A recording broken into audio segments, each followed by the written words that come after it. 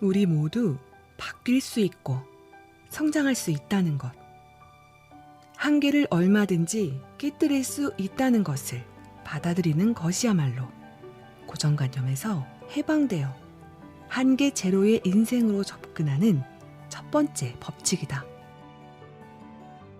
그럴 때 사람들은 자기가 충분히 잘하지 못한다는 생각을 떨쳐낸다. 이 특별한 변화가 얼마나 중요한지는 아무리 강조해도 지나치지 않다. 많은 사람이 인생을 살아가면서 자기가 어딘지 모르게 부족한 사람이라고 느낀다.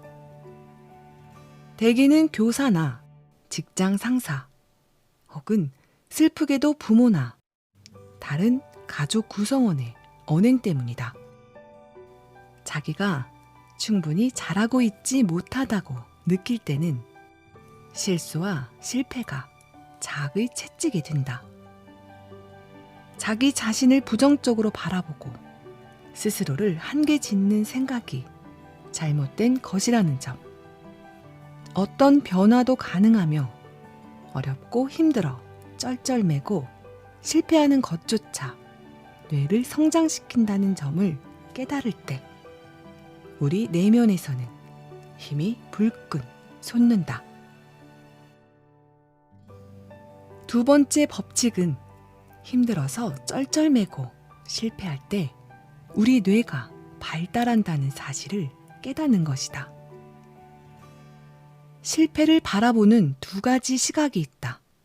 하나는 후회하면서 실패를 부정적으로 바라보는 것이고, 다른 하나는 실패가 학습과 뇌성장, 그리고 더 큰 결과를 얻게 할 기회라는 생각으로 긍정적으로 바라보는 것이다.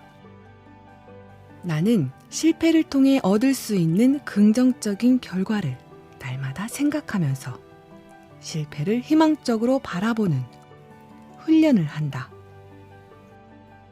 때로 실패는 사소한 것이며 쉽게 고칠 수도 있다. 어떤 때는 실수가 참혹할 정도로 부정적인 결과를 낳기도 하지만 결국에는 긍정적인 결과를 가져다 준다. 실패도 인생의 한 부분이다. 인생을 살면서 용감하게 선택할수록 더 많은 실수를 하게 된다. 실패를 끌어안는다고 해서 그 뒤에 나타날 실패의 가지수가 줄어들지도 않는다. 그러나 적어도 실패를 바라보는 관점은 선택할 수 있다. 긍정적인 것을 선택할지, 부정적인 것을 선택할지는 당신에게 달렸다. 그리고 만약 당신이 긍정적인 관점을 선택한다면 어느덧 한계 제로 상태가 되어 있을 것이다. 토론토에 있는 어느 학교 교장 마크 카사르는 자기가 운영하는 K8 전반에 마인드셋과 관련된 발상을 녹여내려 노력하고 있다. 내가 그 학교를 찾아갔을 때 이 학교에서는 다차원적 접근법을 사용해 교과 내용을 가르치고 있었다. 나는 그 모습을 보고 흥분을 감출 수 없었다. 7세에서 10세까지의 어린 학생들을 앞에 앉혀놓고 인터뷰했는데 그때 학생들이 묘사한 학습 접근법과 실수와 실패를 권장하는 학교 분위기, 그 아이들이 지닌 긍정적인 자아신념, 자기는 무엇이든 다 배울 수 있다는 믿음을 보고 나는 전율을 느낄 정도로 흥분했다. 내가 이 책에서 마인드셋과 창의성, 다차원성에 대해 제시한 발상들이 마크 카사르에게 영향을 주어 한 조직의 관리자로서 해야 할 일뿐만 아니라 그의 학교에서 이루어지는 교육의 전반적인 사항 모두를 변화시켰다. 인터뷰 중에 그는 자기가 경험한 실패, 교장 역할을 수행하는 데 도움을 받은 여러 가지 방법 등에 대해 상세히 이야기해 주었다. 솔직히 저는 지금 제가 저지르는 실수와 잘못에 대해 정말 너그럽습니다. 예전에 비해 스스로에게 많이 너그러워졌죠. 틈만 나면 저는 스스로 마크, 실패해도 괜찮아. 그 실패에서 무언가를 배우기만 하면 돼. 라고 말합니다. 그리고 저는 교장으로서 아이들에게도 매우 비슷한 접근법을 취합니다. 전 아이들에게 이렇게 말하곤 합니다. 얘들아, 실패하고 틀려도 괜찮아. 그 실패에서 무언가를 배우기만 하면 돼. 그런데 너희들은 그 실패에서 무엇을 배웠니? 어떻게 하면 우리가 좀 더 나은 사람이 될 수 있을까? 저처럼 하루 종일 사람을 상대하는 일을 할 때는 실수하거나 잘못을 저지르기가 쉽습니다. 그런데 성장 마인드셋을 지니면 자신을 돌아볼 수 있고 스스로 지금까지는 이런 식으로 일했지만 다음번에는 좀 다르게 할 수 있을 거야 라는 말도 할 수 있게 되죠. 아무리 생각해봐도 교수님 책이 아니었다면 제가 이렇게 하지 못했을 겁니다. 전 정말 많이 달라졌어요. 교수님 책 덕분에 저는 반성과 성찰을 할 줄 알고 비판적인 생각도 훨씬 더 잘할 수 있게 되었습니다. 예전과는 완전히 달라요. 한 번은 이런 적이 있었습니다. 학생 하나가 학교에 보기에 꽤 중대한 잘못을 저질렀습니다. 행동 규범과 관련된 잘못이었지요. 그때 저는 제가 옳고 그 아이는 틀렸다는 생각을 앞세워서 아이를 나무랐습니다. 그런데 나중에 자초지정을 다 따져보니 아이가 옳았고 제가 틀렸지 뭡니까? 그때 저는 깨달았습니다. 내가 교장이라는 이유만으로 나에게는 고칠 점이나 책임이 단 하나도 없다고 생각했구나.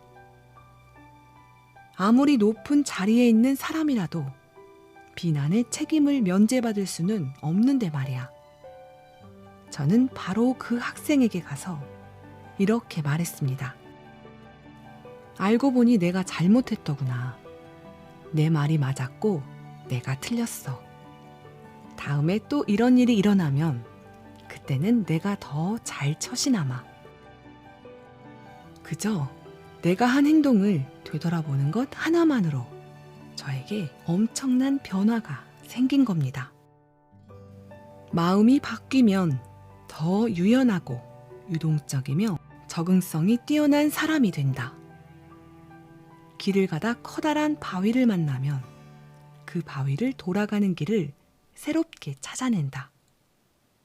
어떤 사람은 단지 자기의 인생을 바꾸는 데만 그치지 않고 지도자나 전도사가 되어 다른 사람이 한계 제로의 인생을 살아가도록 돕는다.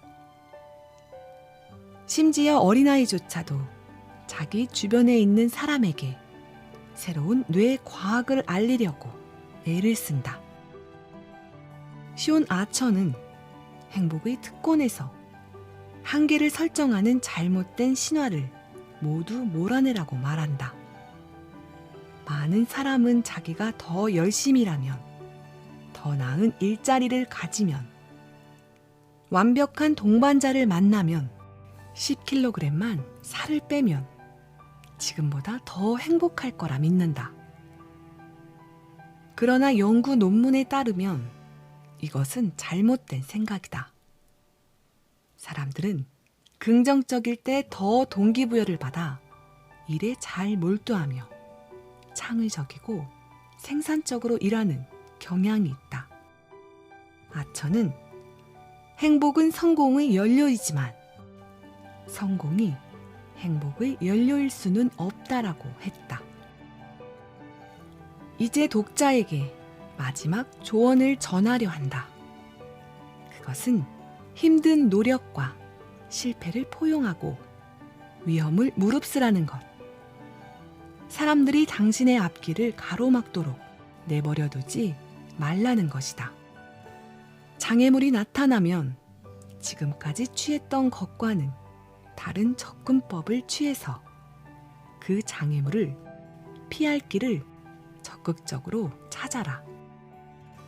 만약 당신이 직장인이라면 다른 사람이 늘 해오던 일이라도 새로운 방식으로 시도하고 탐구해보라. 당신이 하는 일 속성상 한계를 돌파할 수 없는 일이라면 다른 일을 찾아보아라. 한계가 정해져 있는 인생을 그대로 받아들이지 마라. 나쁘게 풀린 일을 돌아보지 말고 앞을 바라보면서 배움과 개선의 기회로 삼아라. 다른 사람을 함께 배우고 성장할 협력자로 바라보라. 불확실한 것을 그들과 공유하고 여러 가지 생각에 마음을 활짝 열어라.